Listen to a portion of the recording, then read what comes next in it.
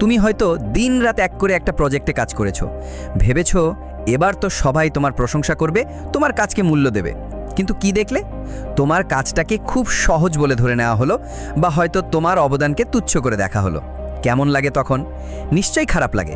মনে হয় আমার মূল্যটা কি তবে এতই কম? অথবা ধরো, তুমি হয়তো তোমার বন্ধুদের বা নিজের পরিবারের সদস্যদের জন্য সব সময় কিছু না কিছু করছো। যখনই তাদের দরকার তুমি ছুটে যাচ্ছ, নিজের কাজ ফেলে, নিজের প্রয়োজনকে পিছনে ফেলে।